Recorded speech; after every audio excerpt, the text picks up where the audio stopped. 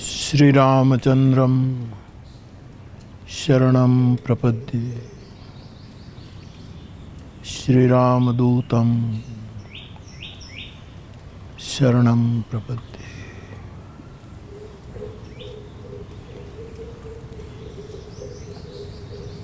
बाप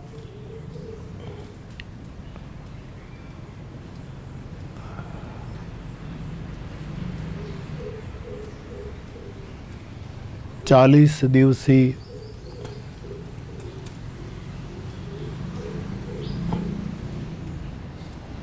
मेरी दृष्टि में राष्ट्रीय और अंतर्राष्ट्रीय इस अनुष्ठान में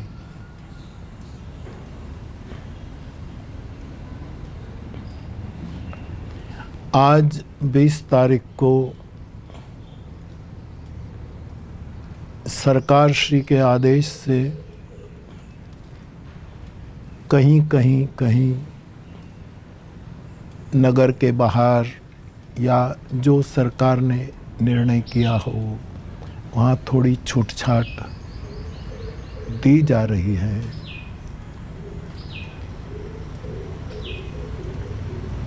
इस छूट-छाट को मैं मेरे देशवासियों को कहूँ कि बहुत गंभीरता से लेना। स्व के लिए और सर्व के लिए उसके नियम को अंतर्बाह्य दोनों रूप से निभाना, ताकि हर एक क्षेत्र के हमें शुभ परिणाम प्राप्त हो। कहीं ये छूट-छाट के कारण ये विकराल वायरस वकरे ना, इसका सब ध्यान रखें। बाकी हम सबको तो घर में ही रहना है, तपस्या करनी है।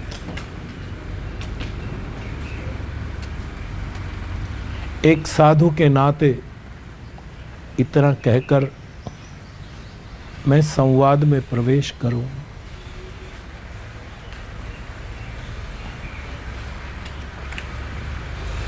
मेरे सभी फ्लावर्स, एक दिन मेरे एक फ्लावर ने लिखा था, मैंने कहा भी था कि मैं तो बापू फूल भी नहीं, अभी डोडवा हूँ, कली हूँ।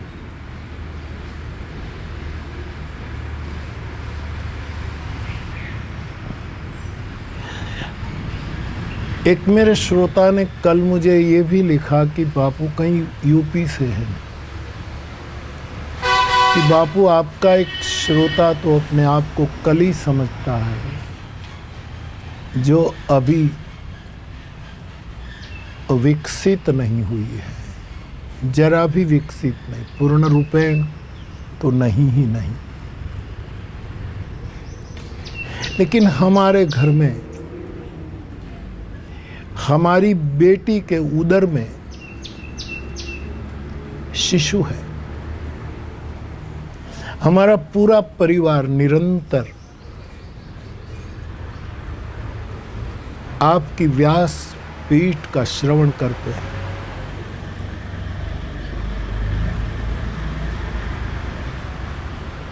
और ध्यान रखना, व्यास पीठ पर बैठने के बाद मुरारी बापू नहीं बोलता है, व्यास पीठ बोलती है। और इन दिनों में आपसे वार्तालाप करता हूँ तब मैं कहता हूँ मेरी ये झूलती व्यास पीठ, मैं नहीं झुला रहा हूँ, ये झूलती व्यास पीठ मुझे झुला रही है। ये मेरा अनुभव है।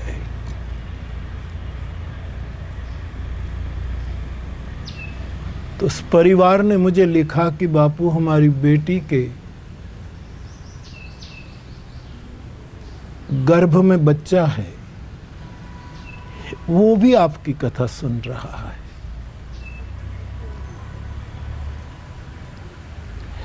और आपके एक श्रोता ने तो अपने आप को कली बताया, लेकिन हमारे घर में एक नवजात शिशु तो अभी बीज के रूप में है।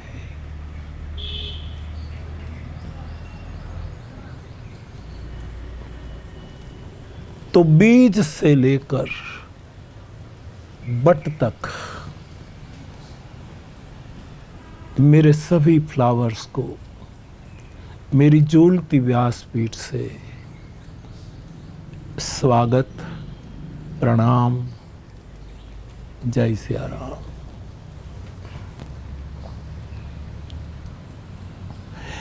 दो तीन दिन पहले एक जिज्ञासा भी थी, 2 दिन पहले ही शायद, जब बीच में मैं एक दिन कबीर साहब पर बोला, कबीर संकीर्तन किया। राजस्थान के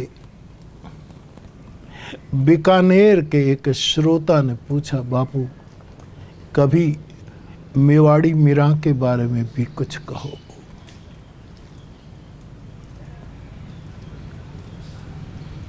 और कल रात, देर रात, मानो मीरा के बारे में मेरे अंदर संकीर्तन शुरू हुआ। सो आज संवाद के रूप में आपके सामने पेश कर रहा हूं। मेरी तलगा जरड़ी मीरा क्या है, मेरी त्रिभुवनी मीरा क्या है।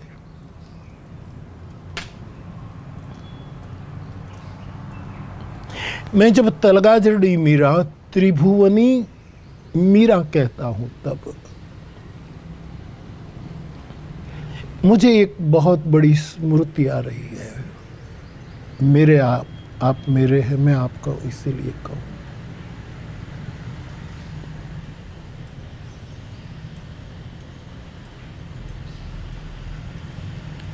मैंने एक दिन जिक्र किया था कि मेरे दादाजी त्रिभुवन दास दादा के छोटे भाई जादव दास जी दादा, जो भिखाराम काका के पिताजी लगते थे,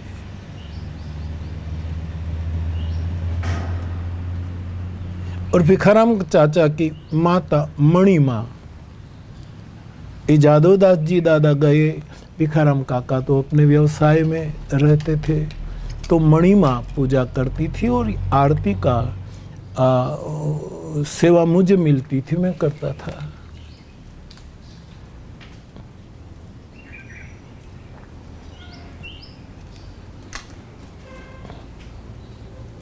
मेरा स्मरण आ रहा है, मुझे अच्छा लग रहा है।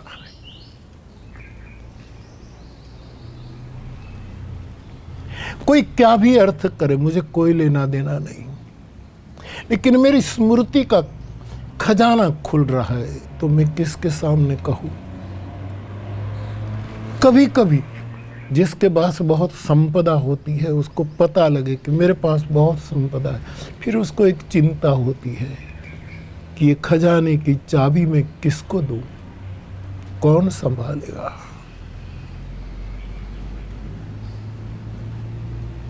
मैं न भूलता हूं तो भगत बापू, पद्मश्री कविकाक बापू की पंक्ति है, शायद आपकी ही है, भगत बापू की है।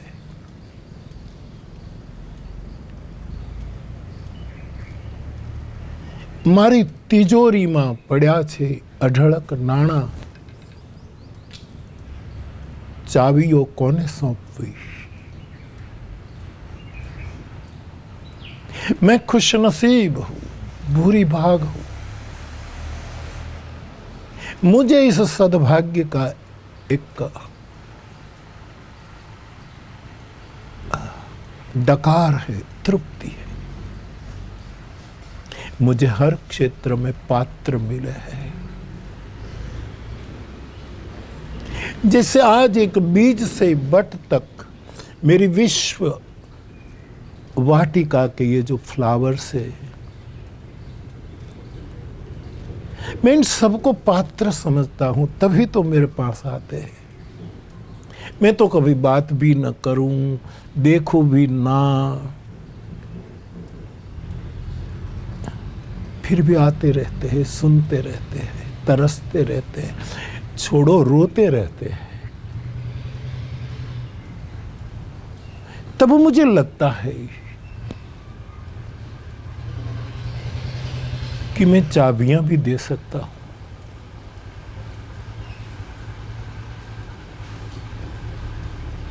इसीलिए मेरी स्मृति में जब घटना एकदम स्मरण में आती है तो मैं आप सबको पात्र समझ करके, अधिकारी समझ करके बोलने लगता हूं।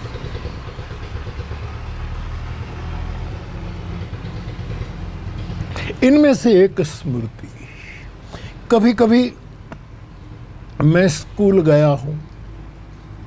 हमारे स्कूल में पूरा दिन स्कूल चलती थी।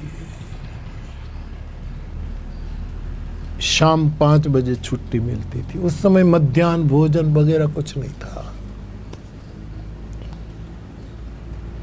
रिसेस पड़े, आध घंटे का दौड़ कर घर जाते, थोड़ा खा लेते, फिर स्कूल चले जाते।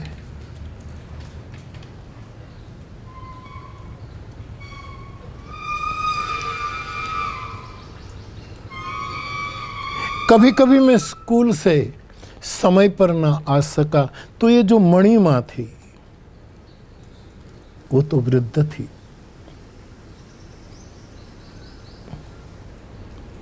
माँ सावित्री माँ जब रोज सायंकाल को बाहर से राम जी मंदिर में दर्शन करे, जीवनदास दादा की समाधि को प्रणाम करे, सामने जो हनुमान जी जिसकी मैंने जिक्र किया जो आज यहाँ विराजे हैं, विश्वास हनुमान याद रखिएगा, वहां प्रणाम करें। फिर सबसे बुजुर्ग ये मणि माँ थी, हमारी वालबाई माँ भी थी। तो माँ के पास जाती, माँ कोई काम तो कि बेटा आज ये आया नहीं है तो तू मंदिर में आकर जरा शालिग्राम है, ये है, उसको जरा ठीक कर दे, तब तक वो आ जाएगा। सावित्री माँ जाकर, और मैं आपको ये कहना चाहता हूँ, मेरे समकालीन, मेरे से बुजुर्ग, मेरे से बड़े, ये तो सब जानते। हमारे पुराने राम जी मंदिर में जो स्टेप थे सिंहासन के, इसमें बीच वाले स्टेप में एक कोने में एक गोपी की मूर्ति थी, आरस की छोटी सी, 8-9 इंच की, और दूसरे कोने में सेम ऐसी मूर्ति थी।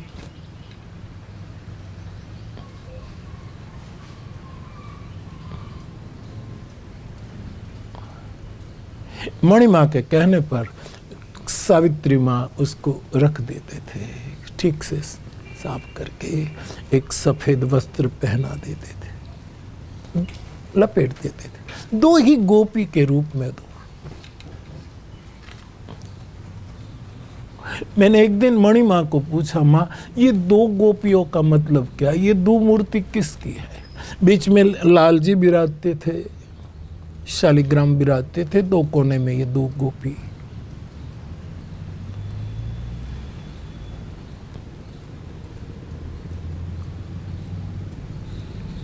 तो मणि माँ मुझे कहे, बेटा ये तेरी माँ को पूछ, उसकी सेवा मैं करवाती हूँ ना, तू नहीं आता तब, तेरी माँ को पूछ।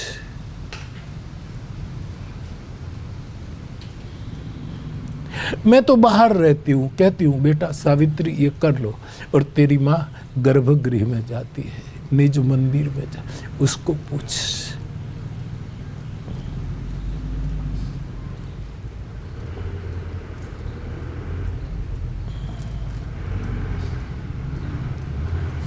यही बात एक दिन मैंने दादाजी को परोसते समय पूछा, दादा हमारे राम जी मंदिर में ये 2 मूर्ति है, वो गोपियों की है, लेकिन ये कौन गोपियाँ है? तो दादाजी ने भी यही जवाब, त्रिभुवन दादा ने यही, तेरी माँ को पूछ, सावित्री को पूछ।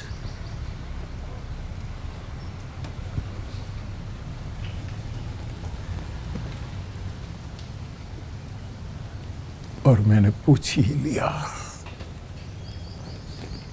माँ ने कहा, बेटा मुझे क्या पता, मैं तो अनपढ़। माँ बिल्कुल अनपढ़ थी, लिखना पढ़ना कुछ नहीं जानती थी, कुछ नहीं, कुछ नहीं।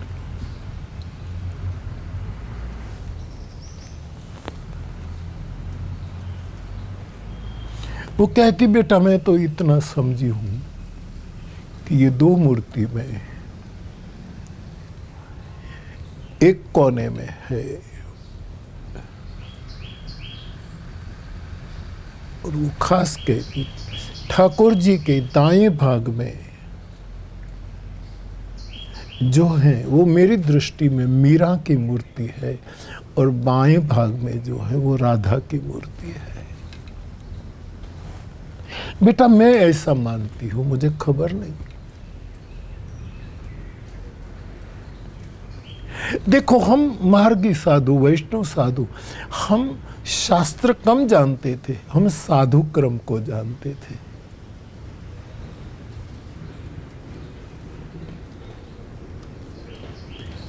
माँ कहे दाई और मूर्ति वो मीरा है, बाई और मूर्ति वो श्री राधिका है।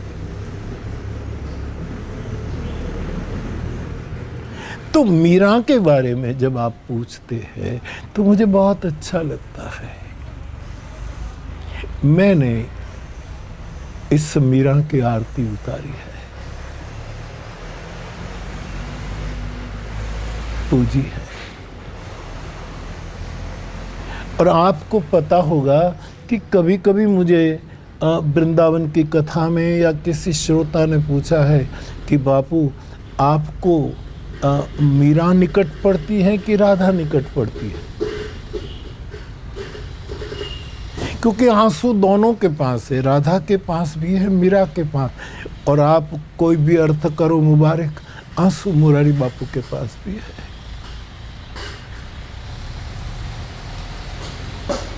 आप बताइए।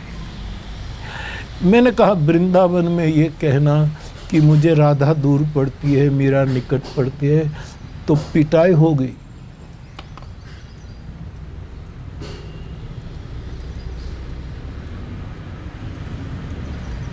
मैं मुरारी बापू को बीच में से हटा दूं, सावधानी से सुनिएगा।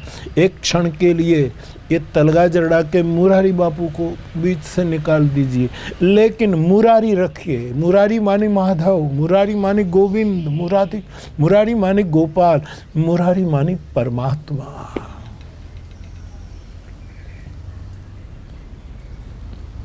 ये मीरा का भी था और राधा का भी था।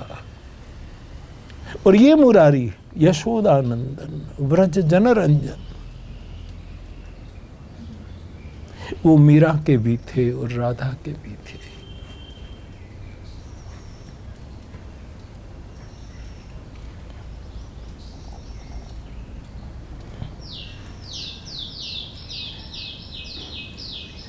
इस नाते हमारे पुराने राम जी मंदिर में ये वो दो मूर्तियां को माँ ने एक में, मेरी सावित्री माँ ने एक में मीरा की प्रतिष्ठा श्रद्धा से की थी, बस अपने अनुभव से। कहाँ मेरी माँ ने मीरा को पढ़ी, कहाँ राधा को पढ़ी।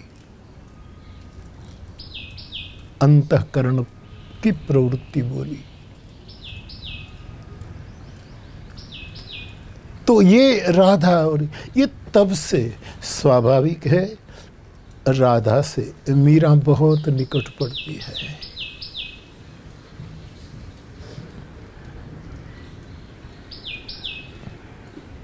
राधा का भी श्याम वो तो मीरा का भी श्याम।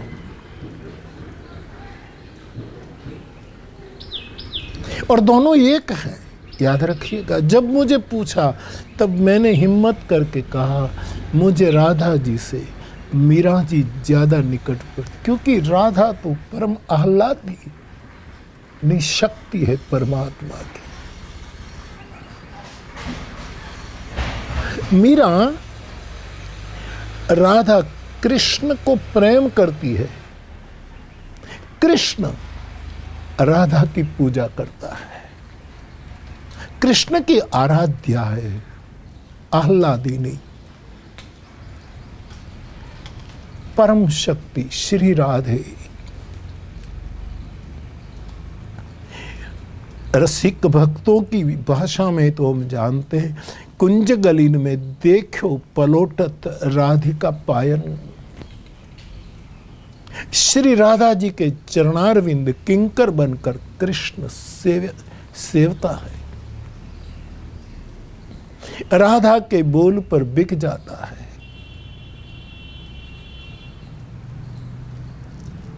जैसे हमारे भजन में आता है, मैं संतों के पीछे जाऊं जहां जहां संत सिधारे। मेरी तलगा जड़ी निष्ठा मेरी जिम्मेवारी से कहते, राधा कृष्ण की आराध्या है।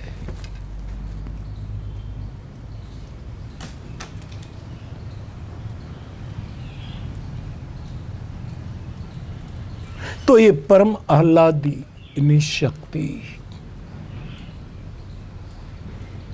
बड़ी दूर नगरी लगती है, लेकिन मीरा हमें बहुत निकट पड़ती है, भूगोल की दृष्टि से भी निकट पड़ती है। हरियाणा, यूपी यानी वृंदावन से थोड़ा राजस्थान करीब पड़ जाता है। अहमदाबाद से बाय रोड जाओ तो उदयपुर 2 घंटे में पहुंच जाते हैं।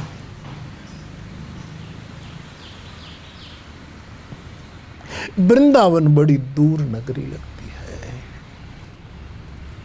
मेड़ता बड़ा निकट पड़ता है। तो भूगोल की दृष्टि से भी मीरा निकट लगती है, अनुभव की दृष्टि से भी मीरा जी निकट पड़ते हैं, भाव जगत की दृष्टि से भी मीरा निकट पड़ती है।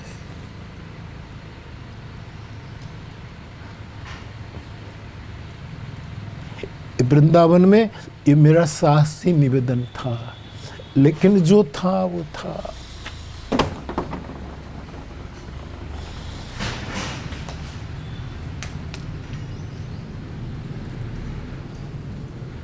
तो कल देर रात मेरे मन में मीरा का संकीर्तन चल रहा था, और 2 दिन पहले किसी ने पूछा भी तो था।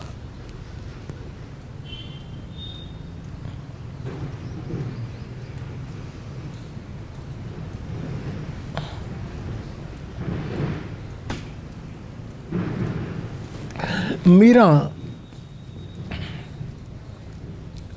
प्रेम दीवानी है।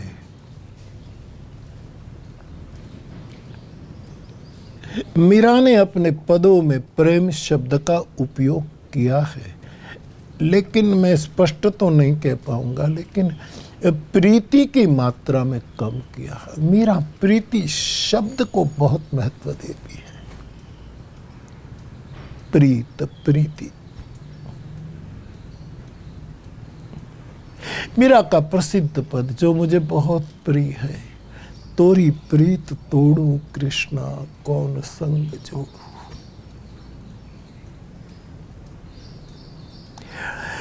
जो मैं ऐसा जानती प्रीत किए दुख होई,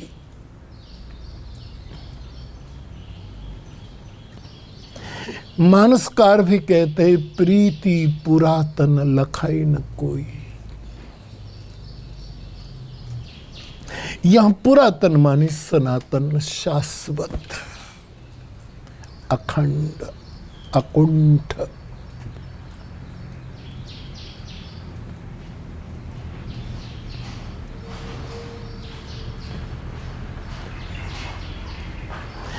मेरे गोस्वामी जी कहते हैं प्रीति प्रणय बिनु। बड़ा प्यारा शब्द है, हमारे लेवल का शब्द है प्रीति, प्रीता। गुजराती में किसी ने लिखा है, प्रीत केरी रीत वळगती वेल ने पूछो, मोर ना आंसू नी किम्मत कोई ढेल ने पूछो।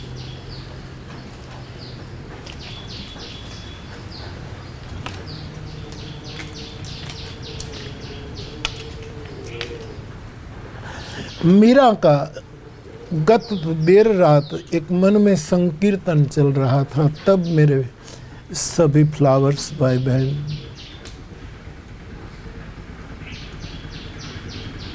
मीरा को मैं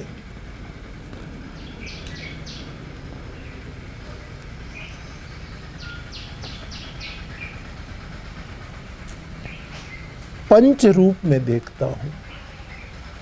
ये तलगाजरड़ी मीरा है, ये त्रिभुवनी मीरा है। इसलिए मैंने पुराने राम जी मंदिर की बातें आपसे छेड़ी, आपके सामने छेड़ी।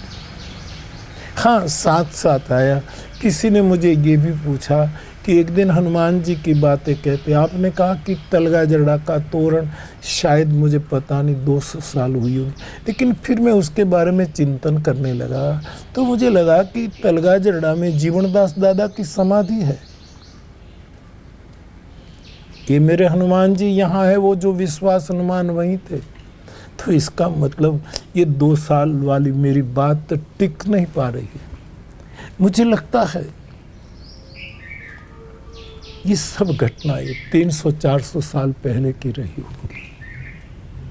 एक पीढ़ी के बीच में 50 साल का अंतर निकालो तो भी गिनते गिनते हम जीवनदास दादा तक जाए तो 400 साल हो सकती है।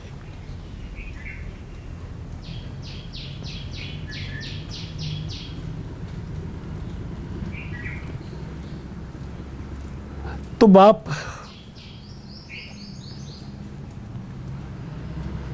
मैं मीरा को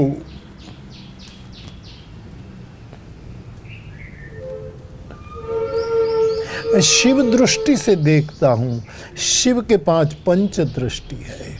शिव दृष्टि मानी कल्याणक दृष्टि, शिवकारी दृष्टि, मंगलकारी शुभकारी दृष्टि।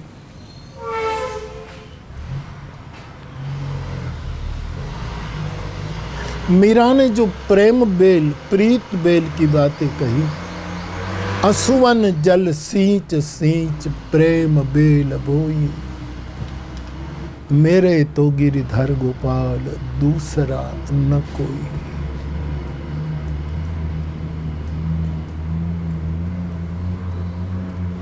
प्रीत और प्रेम, ये मीरा की मूल भूमिका है मेरे देखे जाने माने। मीरा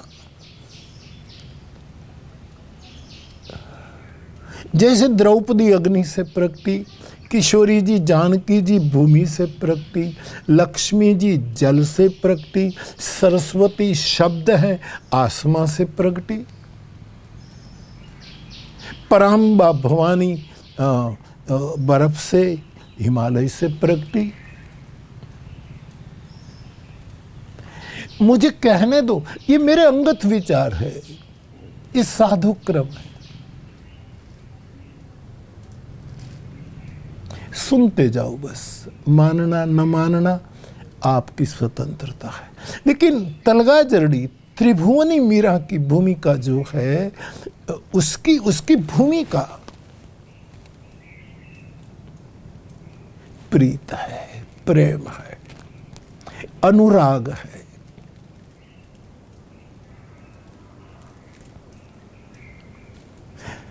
राग को पार करता करता करता अनुराग है, और ये अनुराग आखिर में विराग तक लिए चलता है।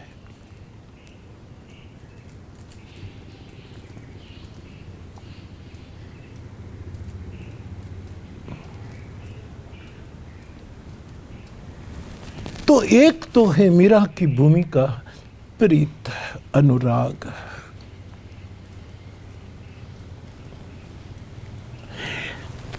ये बेल है, बट नहीं है।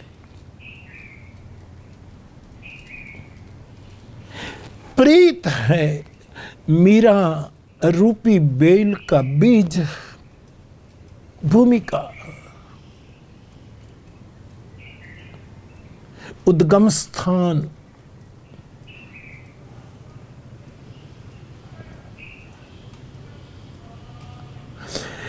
फिर ये बेल में जो कलियां आई,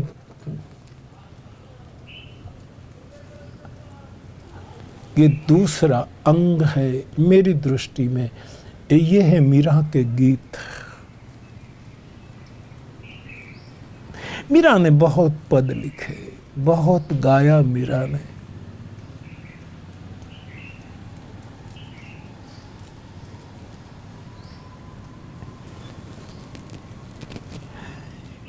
मेरी दृष्टि में प्रेम है भूमि का बीज, प्रीति है उसका मूलाधार।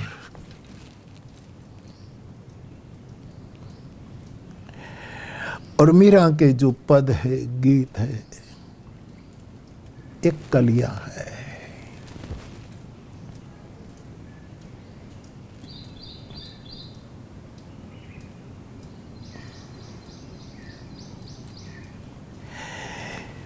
और एक तीसरा रूप मीरा में महसूस किया गया, वो है फूल।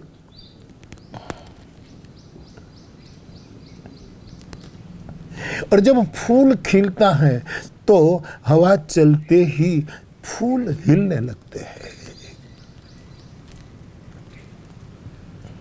कलियां कम हिलेगी, मुखरित विकसित पूर्ण रूपेण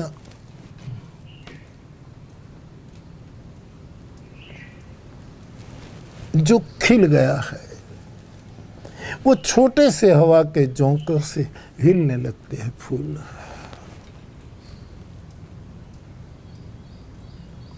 शाखा के हिंडोले पर एक फूल खिलता है। वो है तीसरा रूप, और वो है नृत्य। मीरा के जीवन की धारा का तीसरा अंग है मेरी दृष्टि, नृत्य। ये नर्तन करना है। हवा का झोंका आया और फूल नर्तन करने लगते हैं, ये नृत्य है। मीरा का महत्व का अंग है नर्तन, नूरत, नृत्य।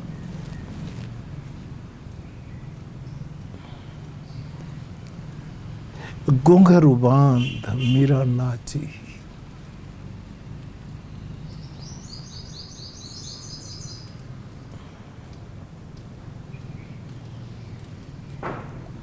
ये तीसरा अंग है नृत्य।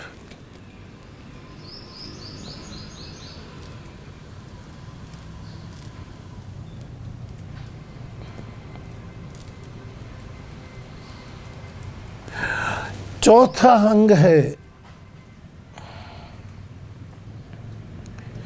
फूल बनने के बाद समर्पित हो जाना कृष्ण चरणों में।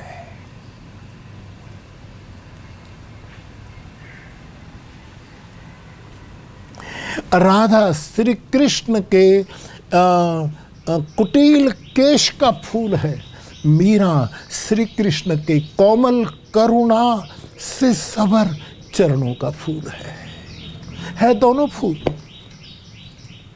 एक सिर पर चढ़ा है, एक चरणों में समर्पित है।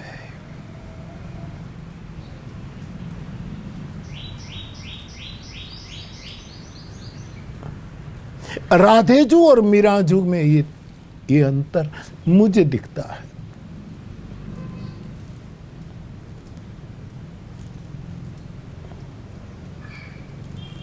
और ये जो कृष्ण चरणार्पित हो जाना, वो है समर्पण, टोटली सर्वभावेन, समग्र रूपेण, मन बुद्धि चित अहंकार तन इंद्रिया भाव के बिलक बिलक स्तर, ज्ञान की सातों भूमिका, भक्ति की 9 विधाएं, सब कुछ तेरे चरणों में समर्पित।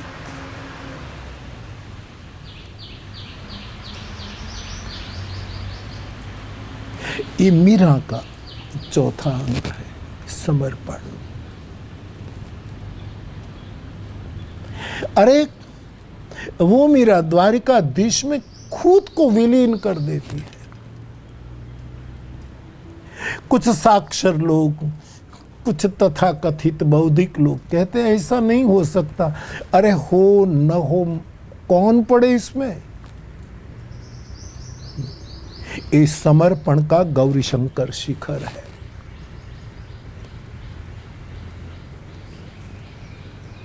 द्वारिकाधीश में अपने आप को खो देना, ये चौथा अंग है।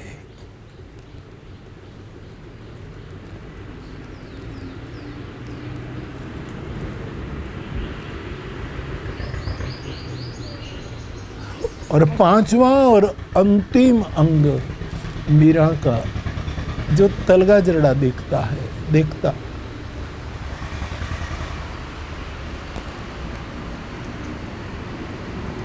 वो है जो कभी कम नहीं होने वाली, कभी न मिटने वाली शाश्वत महक,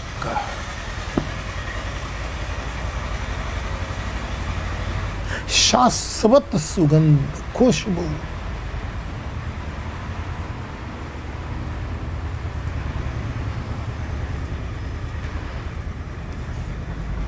मीरा शाश्वत सुगंध है। देखो, नासापुट में भरो,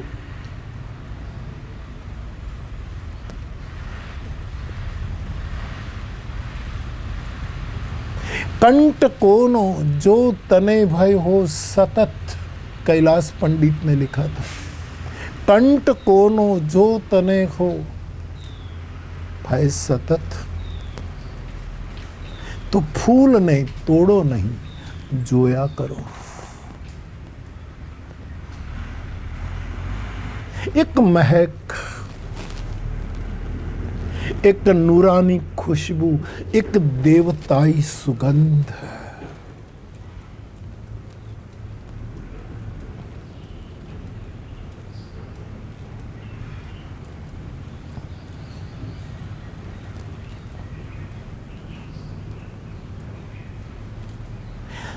पांच अंग है प्रीत, भूमिका,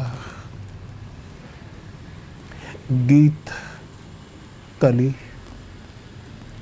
फूल होकर झूमना, नृत्य,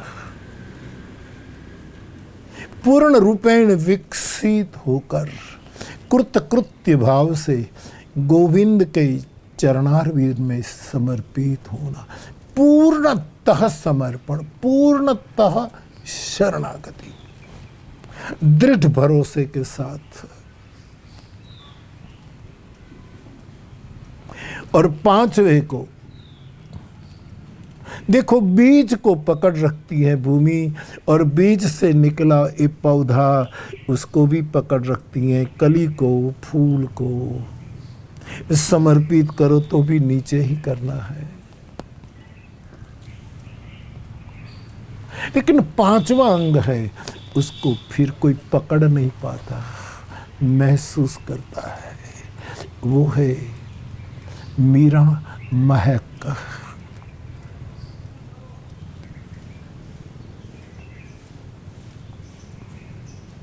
रूह से महसूस करो, प्यार को प्यार ही रहने दो, कोई नाम न दो।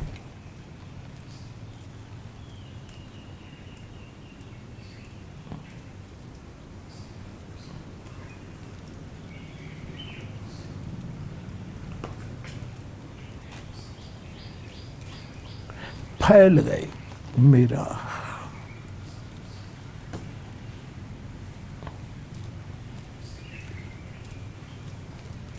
तो ये पंच अंग वाली मीरा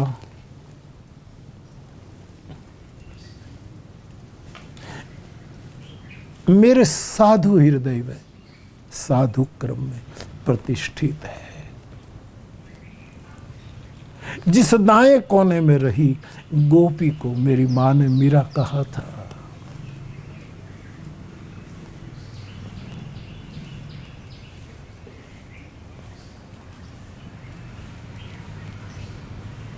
ये बहुत निकट पड़ती है।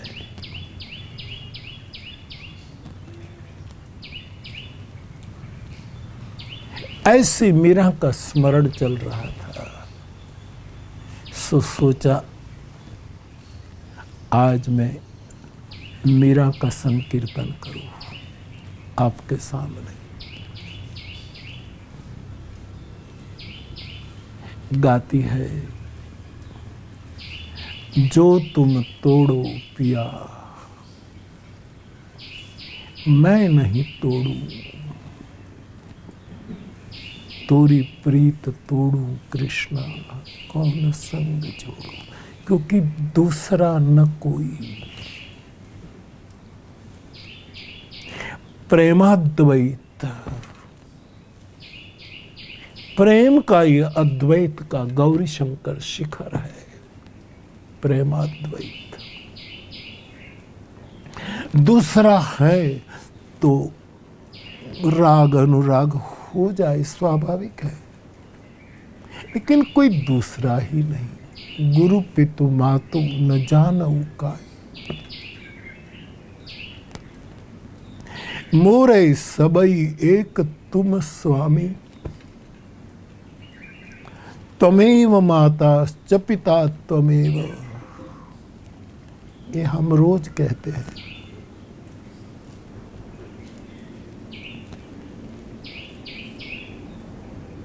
और कृष्ण भी, मैं फिर योगेश्वर के शब्द का आश्रय लूं, जब हम निर्णय नहीं कर पाते तब कृष्ण दुनिया भर की आलोचना सहन करता हुआ मुस्कुराता हुआ कहता है, छोड़ भटकाओ मामेकम शरणम व्रज।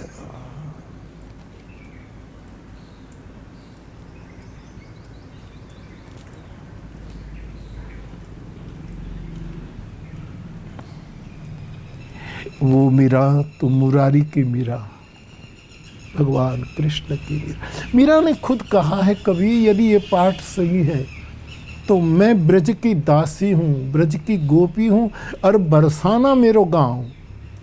ऐसा एक पाठ में मैंने पढ़ा है।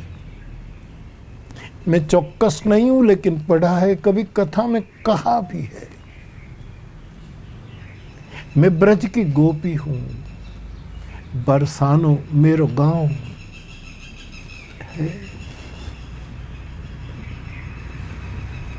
तभी तो मेरी मां की आंखों ने दोनों को एक रूप में देखा होगा, इस भोले हृदय में,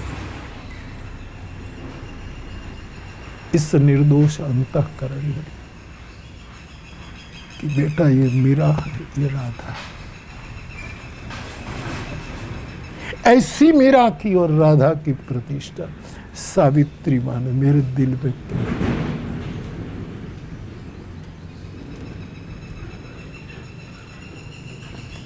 राधा तो कृष्ण की आराध्या है, मीरा के आराध्य कृष्ण है। तुलना करने से कुछ नहीं होगा। को बड़ छोट कहत अपराधु,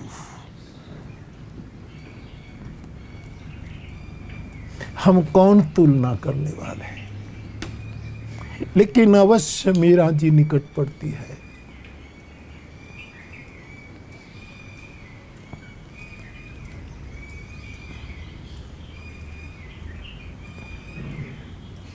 कभी कभी मैं देखता हूँ बड़े बड़े रईसों के घर में जो काम करता है, मैं नौकर शब्द यूज नहीं करता, काम वाला तो कभी यूज नहीं करता, और आप भी कभी भी मत करना, ये तुम्हारे घर के सदस्य है।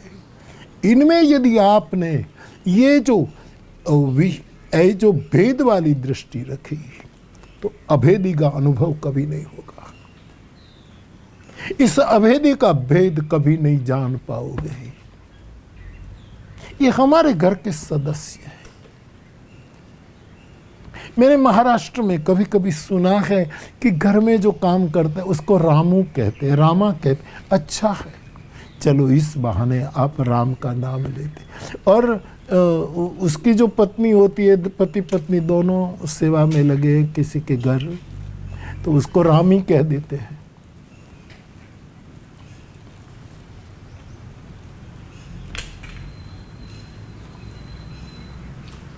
मीरा कृष्ण चरण समर्पित, मीरा पहले में फिर उल्टा करो तो रामी, मैं तो तेरी दासी,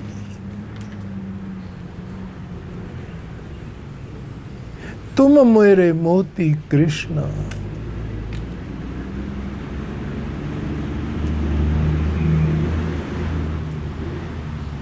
बाई मीरा के प्रभु ब्रज के वासी, तुम मेरे ठाकुर, मैं तो तेरी रामी हूं, तू मेरा राम है।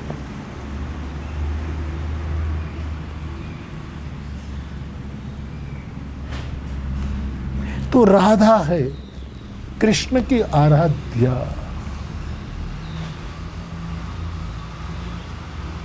परहंबा महामाया आह्लादिनी शक्ति, तू ही राधिका रूप रीजय मुरारी।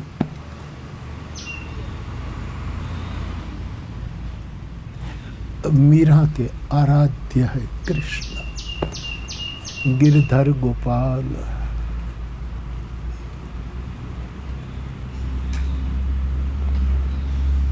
राधा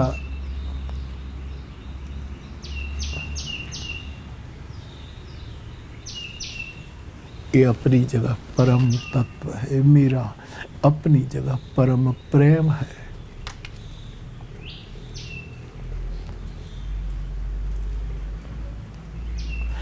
तुम मेरे ठाकुर, मैं तेरी दासी, जो तुम तोड़ो कृष्णा मैं नहीं तोड़ू, तोरी प्रीत तोड़ू कृष्णा कौन संग जोड़ू।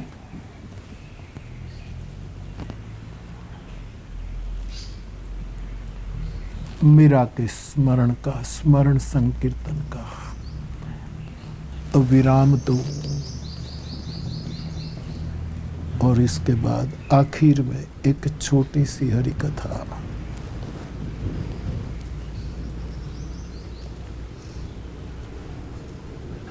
जो हमारे परम स्नेही व्यास जी ने बाउल की बातों में, मैं फिर एक बार बाउल को, इस बावले को, इस बावरे को, जैसे मीरा बावरी थी, ये बाउल भी बावरे हैं।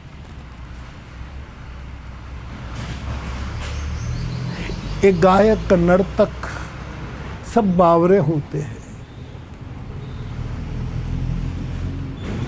इसलिए एक समर्थ गायक का नाम हमने रखा है बैजू बावरा। हरिदास का बनकर जो हरि को गाएगा वो बावरे हैं, बाउल है।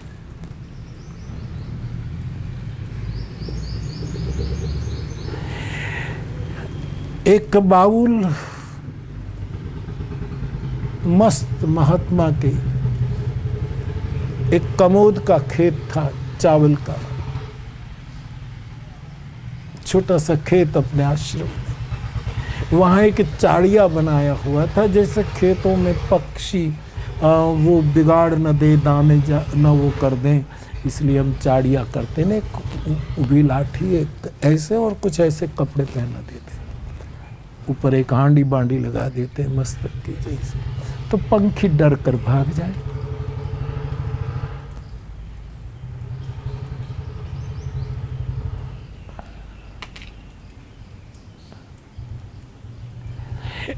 तो इस बावल फकीर के खेत में ये चाड़िया देख करके जो सत्संग करने गए थे उसको लगा कि ये साधु है और पक्षियों से भी प्रेम करने वाले महापुरुष होते हैं, और ये पक्षी को डराने का ये इंतजाम उसने किया चाड़िया डाल करके, खड़ा करके।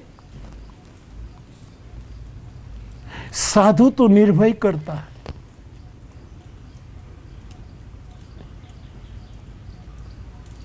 उसने चाड़िया क्यों, हाँ कहते हैं सत्संगियों के मन में ये प्रश्न उठा, लेकिन इस बाउल के साथ चलते चलते जब उस चाड़िए के पास पहुंचे तो सभी बातें अब विगलित हो गई। मन में थोड़ा पछतावा भी हुआ कि बिना सोचे दूर से अर्थघटन कर लिया, क्योंकि ये चाड़िए का जो एक लाठी बांधी थी 2 हाथ के तरह, ऊपर एक हांडी तुप आदि ढांक दी थी, मटका जो माथा और खड़ा था वो बांस पर, और वह निकट जाकर देखते हैं तो एक हाथ में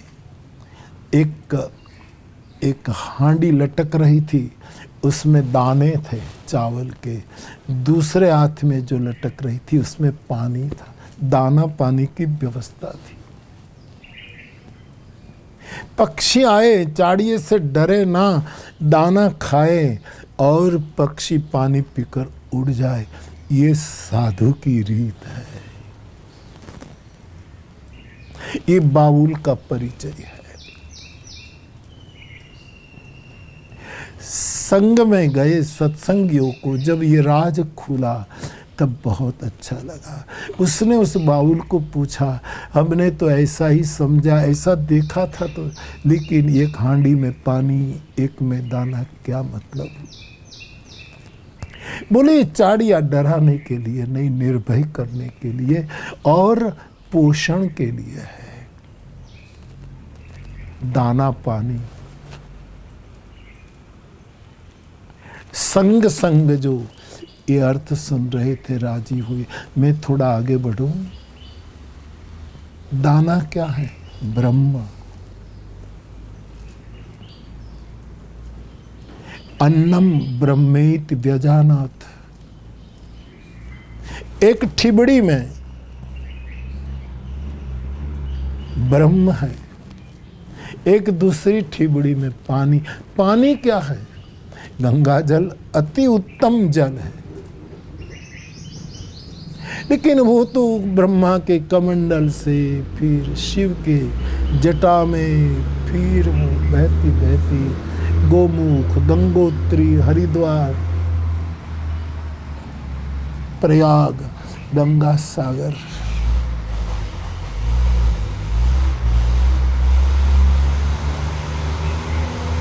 लेकिन एक जल का संकेत मुझे लगता है इस बाउल के मन में ये भी हो सकता है। पानी माने प्रेम जल।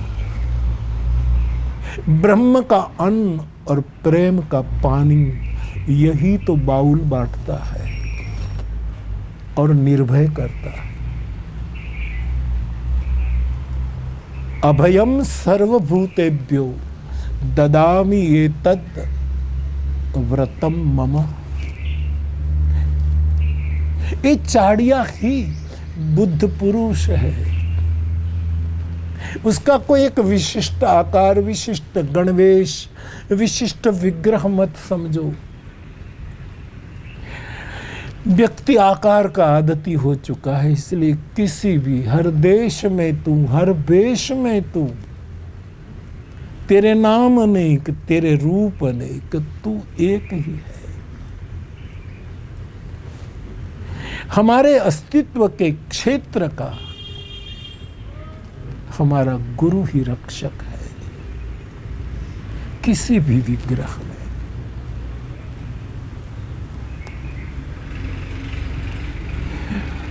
तो आप एक दाना दे, एक पानी दे,